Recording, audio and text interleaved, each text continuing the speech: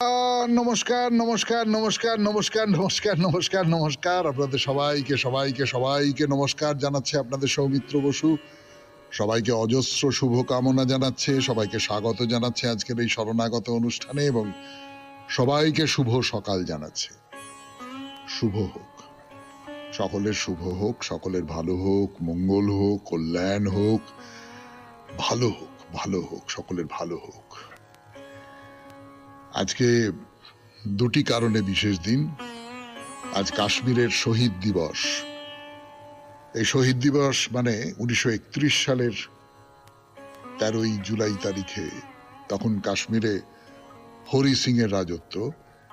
সেই সময় জেলের মধ্যে 22 জনকে হত্যা করা হয় যারা স্বেচ্ছাচারের বিরুদ্ধে কথা বলেছিলেন। তাই কাশ্মীরে আজকের দিনটিকে শহীদ দিবস হিসেবে পালন করা হয়। আর আজকে আরো একটি কারণে বিশেষ দিন। গোর্খা কবি ভানুভক্ত আচার্য, আজ তার জন্মদিন। 1814 খ্রিস্টাব্দে 13ই জুলাই তারিখে তিনি জন্মগ্রহণ করেছিলেন। নেপালি ভাষার খুব বড় একজন কবি এবং তাকে আদি কবি বলা হয় তার কারণ তিনি রামায়ণের অনুবাদ করেছিলেন নেপালি ভাষায়। এবারে বেনি মাধবশীলের পঞ্জিকা অনুযায়ী আজকের দিনটার কথা বলবো। আজকে 28শে আষাঢ় 1432, ইংরেজির 13ই জুলাই 2025 রবিবার। আজ তৃতীয়া।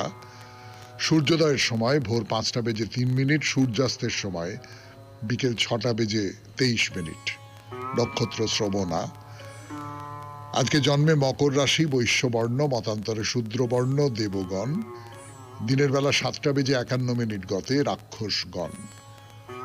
আমাদের হোয়াটসঅ্যাপে চিঠি পাঠাবার নাম্বার 9831922927। চিঠির গোড়ায় অতি অবশ্যই SG লিখতে হবে।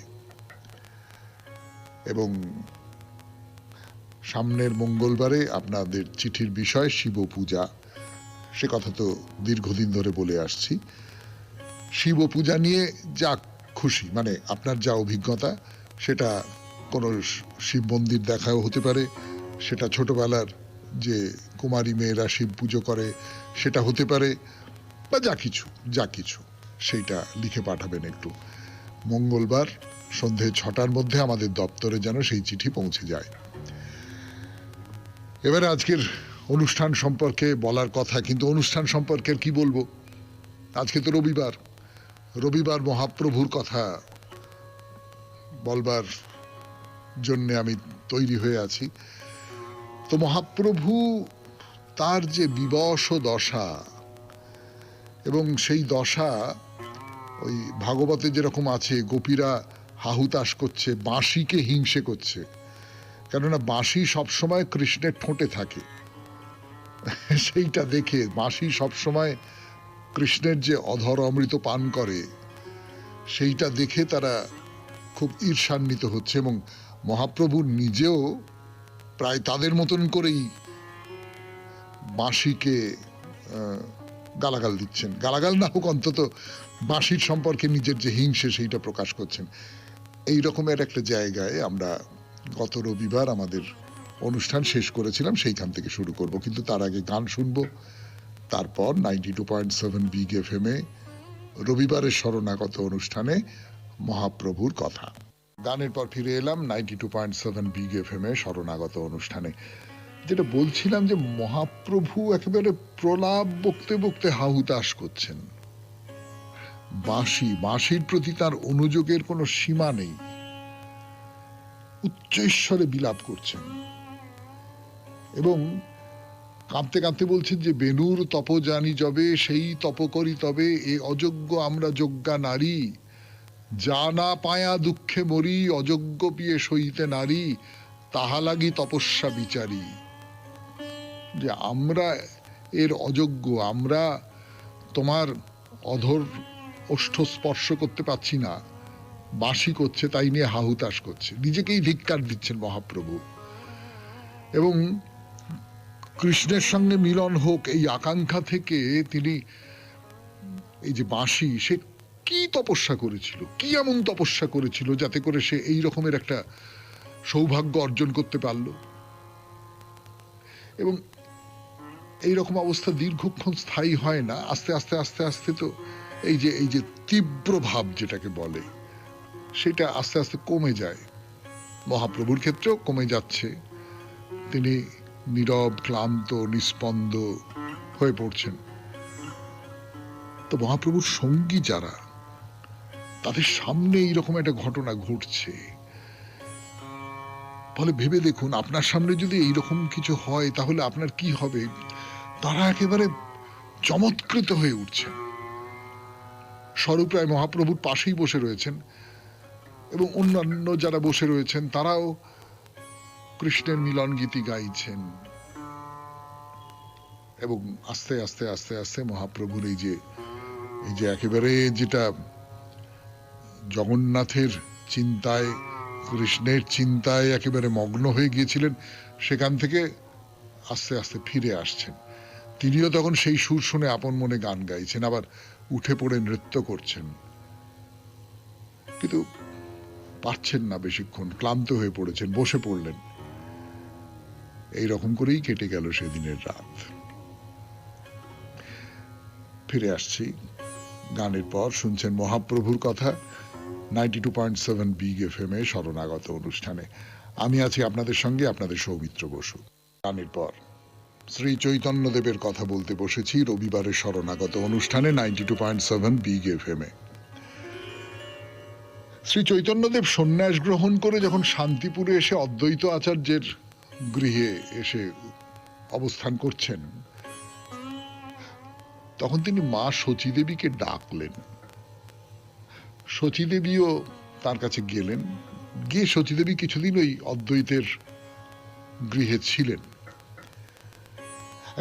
সন্ন্যাস জীবনের মহাপ্রভু কোথায় যাবেন, কোথায় থাকবেন, বৃন্দাবনে যাবেন না উত্তরাখণ্ডের কোনো গিরি গুহায় যাবেন, তাই নিয়ে বিচার করছেন, তাই নিয়ে ভাবনা চিন্তা করছেন মহাপ্রভু। তখন শচীদেবী তাকে বলেন যে তুমি নীলাচলে যাও, নীলাচলে গিয়ে সেখানে থাকো, সেখানে জগন্নাথ দেব আছেন।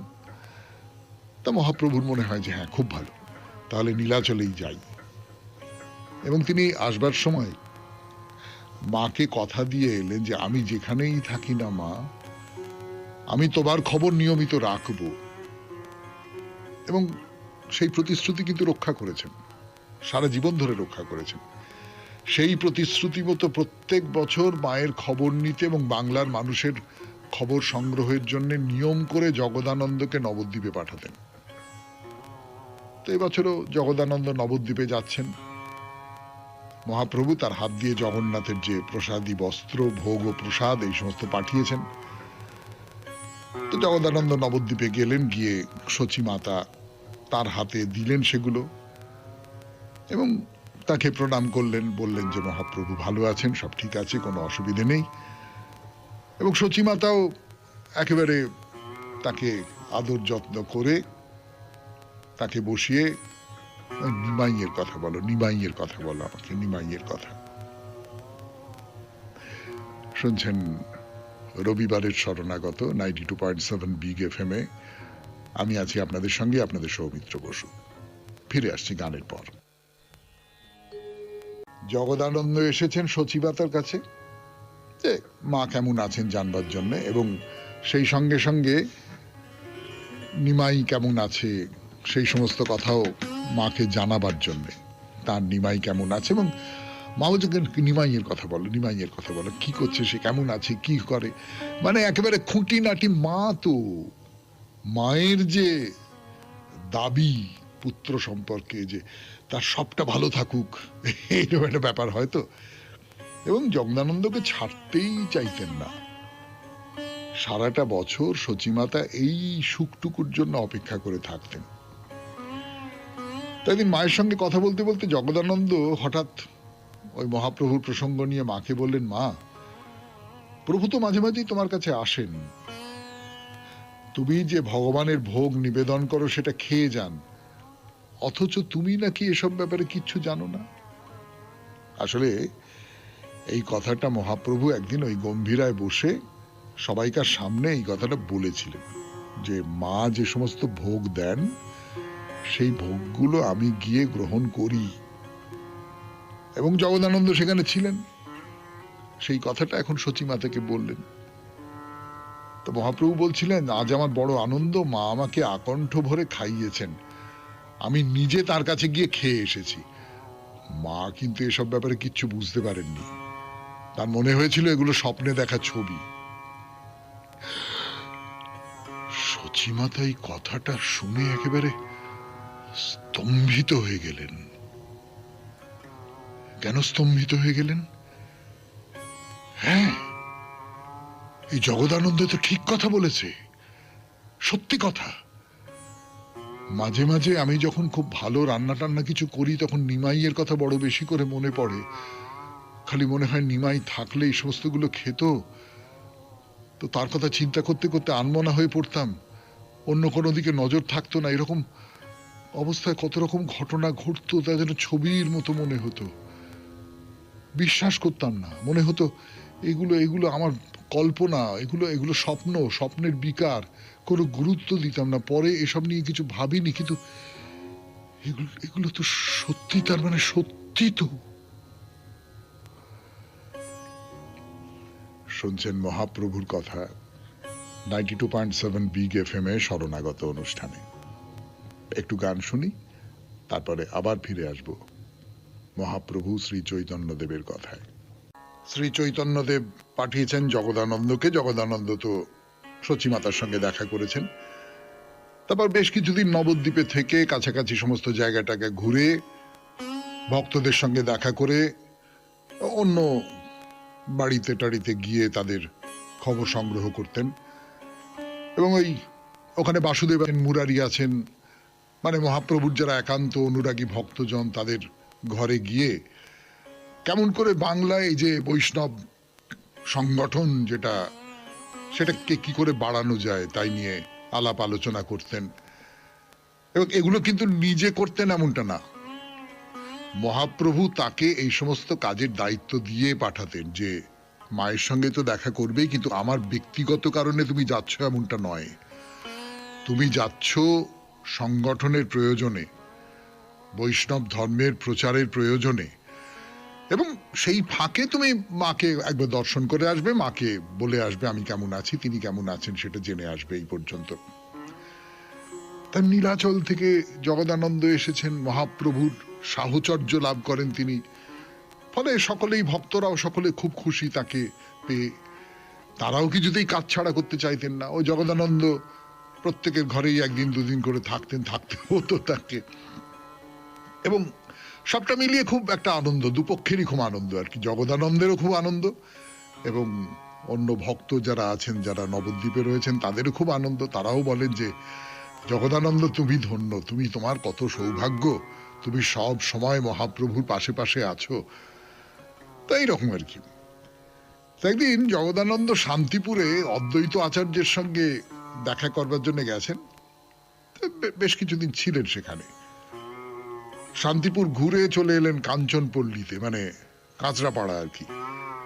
সেখানে শিবানন্দ থাকেন, তার ঘরে গেলেন, তার কাছে কিছুদিন থাকলেন। এবং মহাপ্রভুর যে নবদ্বীপ লীলা, সেই সময় জগদানন্দ ওই শিবানন্দের ঘরে থেকেই মহাপ্রভুর সঙ্গে তার সংযোগ তৈরি হয়, তার লীলা সঙ্গী হয়েছিলেন। তো মহাপ্রভুর এই যে অষ্টপ্রহরিয়া ভাব প্রকাশের দিন, জগদানন্দ নবদ্বীপে তার কাছে ছিলেন, এবং সেদিন থেকেই সেখানে বাস করতে শুরু করেন। যে না, এই তো এক অদ্ভুত মানুষ, এ তো আর পাঁচজনের মতো নয়, আমি এর কাছে থাকব, এর সঙ্গ করব। এবং সত্যি সত্যি সেদিনের পর থেকে আর একদিনও তিনি মহাপ্রভুকে ছেড়ে থাকেননি। মহাপ্রভু সন্ন্যাস নিয়ে নীলাচলে চলে যাওয়ার সময় জগদানন্দ তার সঙ্গী হয়ে গিয়েছিলেন, এবং সেখানেই থেকে গেলেন, সেখানেই মহাপ্রভুর সেবা করতেন, সেখানেই মহাপ্রভুর পাশে পাশে থাকতেন, ভগবান বলে মনে করতেন, একেবারেই ভগবান। এবং তারই নির্দেশে মহাপ্রভুই জগদানন্দকে বলেছিলেন যে তুমি সমুদ্র তীরে গিরিধারীর সেবা করো। বলেছিলেন মরে দিল গিরিধারী সেবা সিন্ধু তটে। এই হচ্ছে জগদানন্দের ডিউটি যাকে বলে। 92.7 বিগ এফএম এ শরণাগত অনুষ্ঠানে মহাপ্রভুর কথা শুনছেন। সেই সূত্র ধরে বলছি জগদানন্দের কথা, তিনি নবদ্বীপে এসেছেন।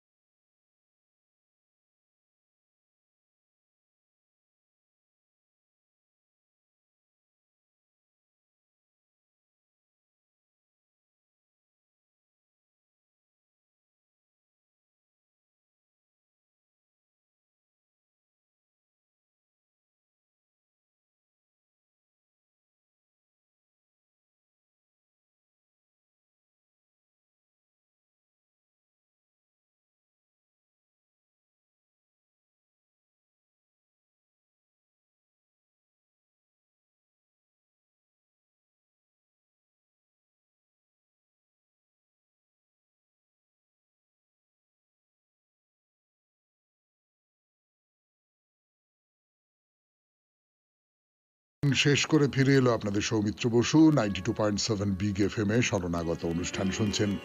মহাপ্রভুর কথা, মহাপ্রভু এই যে ক্ষণে ক্ষণে সংজ্ঞাহীন হয়ে পড়েন, কৃষ্ণ প্রেমে ব্যাকুল হয়ে যান, কোনো কিছুর কোনো ঠিক নেই, শরীর দুর্বল হয়ে পড়ছে, এ নিশ্চয়ই কোনো একটা অসুখ করেছে। সেই অসুখের নিরাময়ের জন্য জগদানন্দ ঔষধি তেল টেল তৈরি করেছেন, করে এবার বাংলার কাজ শেষ হয়ে গেছে, নীলাচলে ফিরে যাবেন।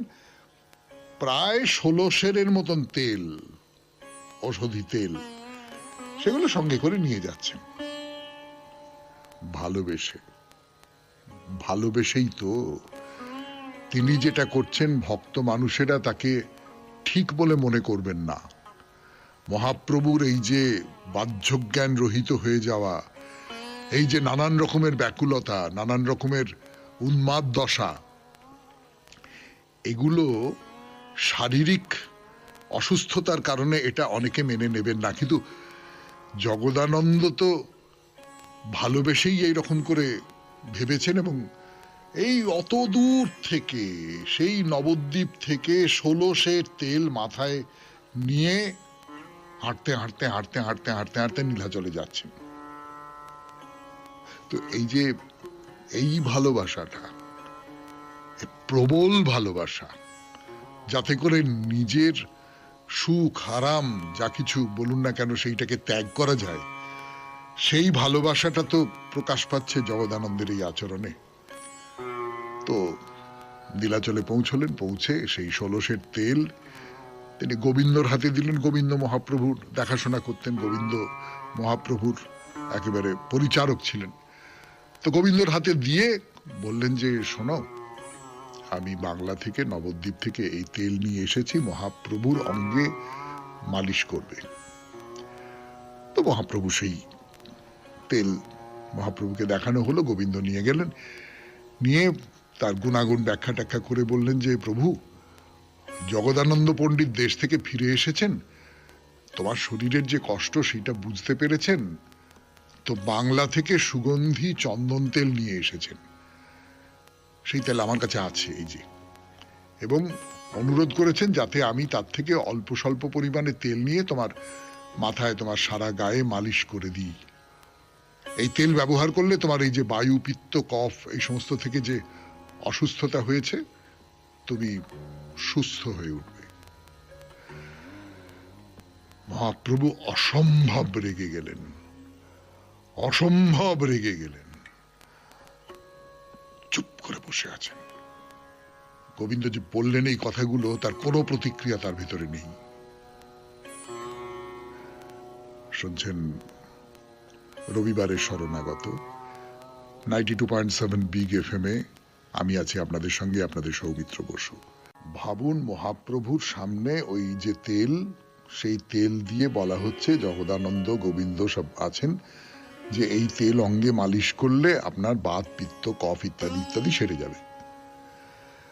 আর মহাপ্রভু সংসার জীবনের সমস্ত রকমের পার্থিব ভোগ ও সুখ বিলাস সমস্ত কিছু পরিত্যাগ করে সন্ন্যাসী হয়ে সংসার ছেড়ে চলে এসেছেন, নীলাচলে রয়েছেন। বিষয় যা কিছু, বিষয় সম্পত্তি ইত্যাদি ইত্যাদি, ভোগের যা কিছু বিষয়, সে একেবারে তার সম্পর্কে প্রবল বিরাগ। আর তাছাড়া তার ধরনটা আপনারা এতদিনে বুঝে নিয়েছেন যে তিনি কারুর অনুরোধ উপরোধ, তার যা সংকল্প সেই সংকল্প তিনি বজায় রাখবেন। ওই অনুরোধ উপরোধে তিনি বিচলিত হবেন না। তিনি যা ঠিক করেছেন সেইখান থেকে তিনি সরবেন না। এ তো বহুবার বহু রকম করে আমরা প্রমাণ পেলাম। তো এই যে তেল নিয়ে এসেছে মালিশ করবার জন্য, কেননা আপনার যেইটা হয় সেইটা হচ্ছে অসুস্থতার লক্ষণে। খুব আঘাত লেগেছে মনের মধ্যে। তো গোবিন্দর দিকে তাকিয়ে বলছেন যে, তুমি জানো না গোবিন্দ, সন্ন্যাসীর তেল ব্যবহারের অধিকার নেই, তার উপর আবার সুগন্ধি তেল। যাও, সবকিছু আমার সামনে থেকে সরিয়ে নিয়ে যাও। এই কথা বলে চুপ করে বসে আছেন। একটু পরে একটু শান্ত হলেন। শান্ত হবার পরে বললেন যে, তুমি একটা কাজ করতে পারো, এই তেল তুমি জগন্নাথ দেবের মন্দিরে দিয়ে আসতে পারো। এই তেলে বিগ্রহের সামনে প্রদীপ জ্বলবে, জগন্নাথ দেবের সেবার কাজে লাগবে। তাহলে জগদানন্দ এই যে এত পরিশ্রম করে এতখানি তেল মাথায় বহন করে নিয়ে এলো, সেইটা সার্থক হবে। আমার সামনে থেকে নিয়ে যাও, যাও যাও। তো গোবিন্দ তো যাকে বলে ভয়ে থরথর থরথর করে কাঁপছে, আর কোনো কথা বলবার নেই, তাড়াতাড়ি ওখান থেকে চলে এসছেন। তা জগদানন্দ বাইরে ছিলেন, গোবিন্দর কাছে এসছেন, এসে বলেছেন যে কি হলো, কি বললেন মহাপ্রভু, তেল গ্রহণ করেছেন? খুব সরল মনে জিজ্ঞেস করেছেন। তা গোবিন্দ কি বলবেন, মানে সরাসরি ওরকম করে বলা যে না গ্রহণ করেননি, সেটাতেও সংকোচ হচ্ছে। শুনছেন মহাপ্রভুর কথা 92.7 বিগ FM এ শরণাগত অনুষ্ঠানে। সে কথা বলছি আমি, আপনাদের সৌমিত্র বসু। ফিরে আসছি গানের পর। আর বলছিলাম যে জগদানন্দ তো তাড়াতাড়ি গোবিন্দর কাছে এসে বলছে যে কি মহাপ্রভু কি বললেন, তেল গ্রহণ করেছেন? গোবিন্দের কি উত্তর দেবেন? বৈষ্ণব তিনি, মুখের ওপর রূঢ় কথা তো বলতে পারেন না, বলতে খুব সংকোচ হয়। তো যাই হোক, অনেক কুণ্ঠা নিয়ে বললেন যে না, মহাপ্রভু তেল গ্রহণ করতে অস্বীকার করেছেন। তা জগদানন্দের খুব কষ্ট হলো, খুব কষ্ট, একবারে মানে যেমন হঠাৎ করে একটা বুকে ধাক্কা লাগলে মানুষ চুপ করে যায়, আর কোনো কথা বলতে পারে না, সেই রকম করে চুপ করে দাঁড়িয়ে আছেন, আর কোনো কথা বলছেন না, কিচ্ছু জিজ্ঞেস করছেন না কি হলো না হলো। তা আস্তে আস্তে আস্তে আস্তে বাড়িতে ফিরে এলেন। জগদানন্দ অনেক দিন ধরে মহাপ্রভুর নানান সুখ দুঃখের সাথী, মহাপ্রভু তাকে বড় ভালোবাসেন এবং সত্যি সত্যি জ্ঞানী মানুষ, পণ্ডিত মানুষ, বিদ্বৎ সমাজে তার মর্যাদা আছে, তাকে সরস্বতীর বরপুত্র বলা হতো। মহাপ্রভু খুব সম্মান করতেন। বিষ্ণুপ্রিয়ার কাছে কাঁচরাপাড়ার এই ব্রাহ্মণ কুমারকে তিনি দ্বাদশ বিগ্রহের অন্যতম বলে পরিচয় করে দিয়েছিলেন। এবং মহাপ্রভু সন্ন্যাস নেবার পর থেকেই জগদানন্দ তার সঙ্গে সঙ্গে আছেন, তার সেবা করছেন। তিনিও নিষ্ঠাবান ব্রহ্মচারী, সর্বত্যাগী মানুষ, সন্ন্যাসী। কিন্তু যেটা হয় আর কি, সন্ন্যাসীও তো মানুষ। সন্ন্যাসী হলেও তার যে মানুষের যে গুণগুলো, মানুষের যে স্বভাব, সেই স্বভাবের মধ্যে ভালোবাসাই তো আছে। সেই স্বভাবের মধ্যে যাকে ভালোবাসি তার সম্পর্কে উদ্বেগ আছে। সেই স্বভাবের মধ্যে যাকে ভালোবাসি তার যাতে ভালো হয়, তার মুখে যেন একটু হাসি ফোটে, এই আকাঙ্ক্ষাটুকু আছে। এইটা তো শুকিয়ে যায়নি, এগুলো তো একেবারে আমাদের প্রবৃত্তির মধ্যে থেকে আছে। ফলে মহাপ্রভু এরকম একটা কঠিন কঠোর একটা খুব নিষ্ঠাবান একটা জীবন, ওই রকম জীবনটাকে বেছে নিয়েছেন দেখে জগদানন্দের মনে খুব কষ্ট হয়। যেমন ভালোবাসার মানুষ যদি কষ্ট পায় তাহলে যে কষ্টটা আমাদের সকলেরই হয় সেই রকম। আবার ইদানিং বুঝতে পারছেন যে মহাপ্রভুর শরীর বা মন দিনের পর দিন খুব ক্রমশ অবনতি হচ্ছে, তাই দেখে খুব উৎকণ্ঠায় ভোগেন। এখন একটা সুযোগ এসছে বলে এই তেল নিয়ে এসেছেন। কিন্তু গোবিন্দ বললেন যে না, মহাপ্রভু তেল গ্রহণ করবেন না। তিনি বলেছেন যে না, আমি এই তেল গ্রহণ করব না। স্বভাবতই খুব অভিমান হলো, কিন্তু কাউকে কিচ্ছু বললেন না। ঠিক আছে, মহাপ্রভু যখন নেবেন না, নেবেন না, কি আর করা যাবে। কাউকে কিচ্ছু বলছেন না, নিজের মনে নিজের যে কাজকর্ম সেগুলো করে যাচ্ছেন। এরকম করে বেশ কিছুদিন কেটে গেল। জগদানন্দের মনে হচ্ছে যে তক্ষুনি বলেছে, তাতে করে একটা তাৎক্ষণিক প্রতিক্রিয়া তো হয়। সেই প্রতিক্রিয়ায় মহাপ্রভু বলেছে না, আমি তেল নেব না, কটা দিন যাক। তো দিন 10 গেছে। তারপরে আবার মহাপ্রভুর কাছে গেছেন গোবিন্দকে সঙ্গে নিয়ে। 92.7 বিগ FM এ শরণাগত অনুষ্ঠান, রবিবারের শরণাগত, মহাপ্রভুর শরণাগত। তার একেবারে শেষ পর্যায়ে এসে উপস্থিত হয়েছি আমরা। সেই শেষ পর্যায়টি শুরু হবে গানের পর। গানের পর ফিরে এলাম 92.7 বিগ এফএম এ শরণাগত অনুষ্ঠানে, রবিবারের শরণাগত। ওই দিন দশেক পরে জগদানন্দ মহাপ্রভুর কাছে গেছেন, গোবিন্দ আছেন সঙ্গে। তা গোবিন্দই তার হয়ে বলছেন যে প্রভু, জগদানন্দের খুব বাসনা, আপনি যেন তার নিয়ে আসা তেল ব্যবহার করেন। এই কথা বলবার জন্য তিনি আমাকে বিশেষভাবে অনুরোধ করেছেন, আপনি একটু ভেবে দেখুন। তো সামনে জগদানন্দ রয়েছে, জগদানন্দকে উনি খুব মান্য করতেন। সত্যি সত্যি পণ্ডিত লোক, একজন অনেক দিন ধরে আছে, তার সম্পর্কে একটা সম্মানের বোধ রয়েছে মহাপ্রভুর মনের মধ্যে। মহাপ্রভু বললেন, হ্যাঁ খুব ভালো, ভালোই হবে। তাহলে এই দেহটা মালিশ করে দেবার জন্য একজন যে মালিশ টালিশ করে এইরকম একজনকে নিয়ে এসো। হ্যাঁ, এইরকম সব সুখ ভোগ করবার জন্যই তো সন্ন্যাস নিয়েছি, তাই না? এই বলতে বলতে আস্তে আস্তে আস্তে আস্তে যেরকম হয় না যে রাগটা প্রকাশ করবার জন্য আমরা তামাশা করি, এই তামাশাটা থেকে ক্রমশ রাগে পরিণত হয়ে যায়। বলে উঠলেন যে আমার সর্বনাশ হবে আর তোমরা সবাই পরিহাস করবে। হ্যাঁ, আমি তো সন্ন্যাসী, আমি যখন পথ দিয়ে যাব তখন আমার শরীর থেকে সুগন্ধি তেলের গন্ধ বেরোবে। আশপাশে যারা আছে পথচারী, তারা সেই ঘ্রাণটা পেয়ে আমার দিকে আঙুল তুলে তুলে বলবে তো, এই যে হে, এই যে গা থেকে কিরকম চন্দনের গন্ধ বেরোচ্ছে, স্ত্রী সঙ্গীধারী বিলাসী তান্ত্রিক সন্ন্যাসী, বলবে না? সবাই চুপ করে আছে, কোনো কথা বলছে না। মানে এই কথার উত্তরে আর কি কথা বলবার থাকতে পারে বলুন? এবং গোবিন্দ এতদিন ধরে মহাপ্রভুর নিত্য সেবায় আছেন, তিনি ভালো মতো জানেন যে মহাপ্রভু কখনো কখনো কারুর কাছে পার্থিব সাহায্যের আশা করেন না। ভোগ সুখের জন্য তিনি কারুর কাছে কিচ্ছু বলা অসম্ভব। ভোগ সুখ হচ্ছে আত্মসুখ। এই আত্মসুখ ঈশ্বরের দিক থেকে মনকে বিমুখ করে দেয়। মহাপ্রভু এইটুকুই বললেন, এইটুকুই বললেন, এর চেয়ে বেশি আর বললেন না। সামনে জগদানন্দ রয়েছেন, তাকে ফিরে যেতে হলো। এই যে আখ্যানটা, এই আখ্যানের ভেতর থেকে একটা কথা বেরিয়ে আসছে, সেটা এর আগেও আমরা দেখেছি যে মহাপ্রভু, আমি সন্ন্যাসী, আমি ধর্ম প্রচার করতে এসেছি, আমার সম্পর্কে কোনো ত্রুটি, আমার আচরণ সম্পর্কে কোনো ত্রুটি, আমার জীবনযাপন সম্পর্কে কোনো ত্রুটি যেন লোকের চোখে না পড়ে। লোকে যেন এই কথাগুলো বলতে না পারে যে না, এই ভেকধারী সন্ন্যাসী, নিজে তো বিলাসীর জীবনযাপন করছে।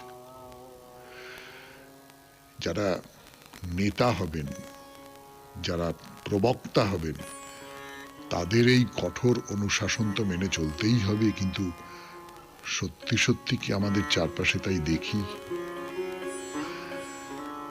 আজকের মতো শেষ করলাম শরণাগত। 92.7 বিগ এফএম এ এই শরণাগত অনুষ্ঠানে চিঠি পাঠাবার নাম্বার 9831922927। চিঠির গোড়ায় অতি অবশ্যই SG লিখতে হবে। আগামী মঙ্গলবার সন্ধে 6টার মধ্যে শিব পূজা নিয়ে আপনাদের চিঠি যেন আমাদের দপ্তরে পৌঁছে যায়। আর কি, খুব ভালো থাকবেন, আনন্দে থাকবেন। নমস্কার, নমস্কার, নমস্কার, নমস্কার, নমস্কার, নমস্কার, নমস্কার, নমস্কার। আপনাদের সবাইকে সবাইকে সবাইকে নমস্কার জানাচ্ছে আপনাদের সৌমিত্র বসু। সবাইকে অজস্র শুভকামনা জানাচ্ছে, সবাইকে স্বাগত জানাচ্ছে আজকের এই শরণাগত অনুষ্ঠানে, এবং সবাইকে শুভ সকাল জানাচ্ছে। শুভ হোক, সকলের শুভ হোক, সকলের ভালো হোক, মঙ্গল হোক, কল্যাণ হোক, ভালো হোক, ভালো হোক, সকলের ভালো হোক। আজকে দুটি কারণে বিশেষ দিন। আজ কাশ্মীরের শহীদ দিবস। এই শহীদ দিবস মানে 1931 সালের 13ই জুলাই তারিখে, তখন কাশ্মীরে হরি সিং এর রাজত্ব। সেই সময় জেলের মধ্যে 22 জনকে হত্যা করা হয়, যারা স্বেচ্ছাচারের বিরুদ্ধে কথা বলেছিলেন। তাই কাশ্মীরে আজকের দিনটিকে শহীদ দিবস হিসেবে পালন করা হয়। আর আজকে আরো একটি কারণে বিশেষ দিন, গোর্খা কবি ভানুভক্ত আচার্য আজ তার জন্মদিন।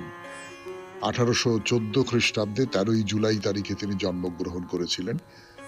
নেপালি ভাষার খুব বড় একজন কবি, এবং তাকে আদি কবি বলা হয় তার কারণ তিনি রামায়ণের অনুবাদ করেছিলেন নেপালি ভাষায়।